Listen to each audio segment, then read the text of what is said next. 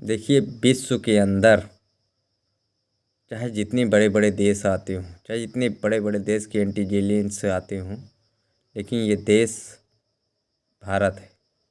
भारत के लोग तमाम सारी भी विशेषताओं पर हमेशा खरे उतरे हैं। लेकिन मैं आपसे निवेदन करता हूँ भारतीय होकर के कि विश्व के अंदर जितने भी नवयुवक हो, आप अगर मनुष्य में आते हो, मनुष्य जीवन की श्रेणी में आते हो, तो एक बात ध्यान रख लेना, अगर हमारे जैसे रूपरेखा में कोई जीवन यापन करता है तो वो इंसान है। वो नहीं जानता, वो अब आपके देश की लोकतांत्रिक व्यवस्था नहीं जानता, वो किसी भी प्रकार की श्रेणी में आपके पहलुओं में शामिल नहीं होने पा सका है, क्योंकि वह या तो अशिक्षित रहा है या तो किसी प्रकार से वो ग्रस्त था।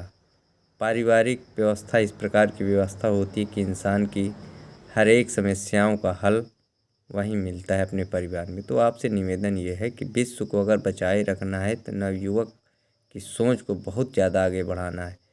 हमें या हमसे जो बुज़ुर्ग हैं या हमसे जो नीचे हैं, आप लिख लीजिए आज की तारीख से लेकर 60 साल तक में उनका पतन हो जाएगा। ये कभी नहीं रहेंगे इस देश के अंदर।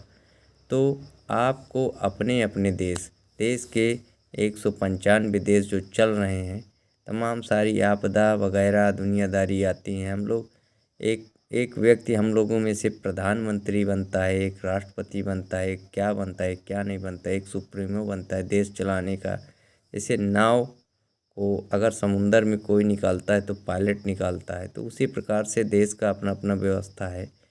तो आप लोगों से निवेदन ये है कि देश चलाने की बात तो अलग की बात है, लेकिन दुनिया चलाने की बात अगर सोचोगे, मानव के इतिहास को बचाने की बात करोगे, तो उसमें न तो धर्म रहे न जाति रहे। हमारे देश भारत में तो धर्म जाति में लोग उलझे पुलझे हैं, लेकिन एक मानव है। विश्व के अंदर मानव की प्रजातियों को बचाना है, बनाना है, बढ़ाना है। तो उनको जिस देश में बड़ा ज़्यादा जनसंख्या वृद्धि है, कुत्तों बिल्ली ज़िंदगी जीते हैं परिवार में ज़्यादा बच्चे पैदा करके, जनरेशन को बढ़ा करके, तो निवेदन है कि आप कम करें, पारिवारिक जनरेशन को कम करके।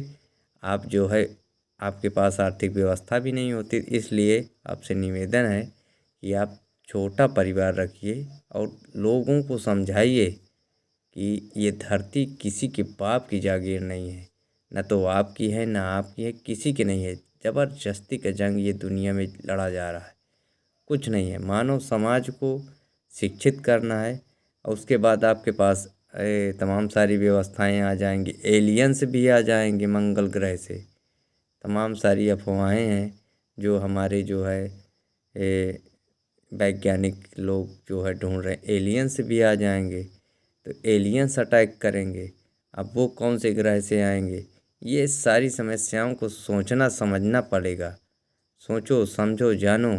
ज़्यादा बच्चे पैदा करके ज़्यादा जो है तमाम सारी संपत्तियों को हड़पने से इस दुनिया का कल्याण नहीं होने वाला है, भारत के अंदर तो बिल्कुल नहीं होने वाला है। तो आप लोगों से निवेदन है, बुद्धिजीवी नागरिकों से, कि ये जीवन आप लोगों के हाथ में है। इसको जो है लोगों को समझा के चलो, समझ के चलो। जय हिंद और वंदे मातरम।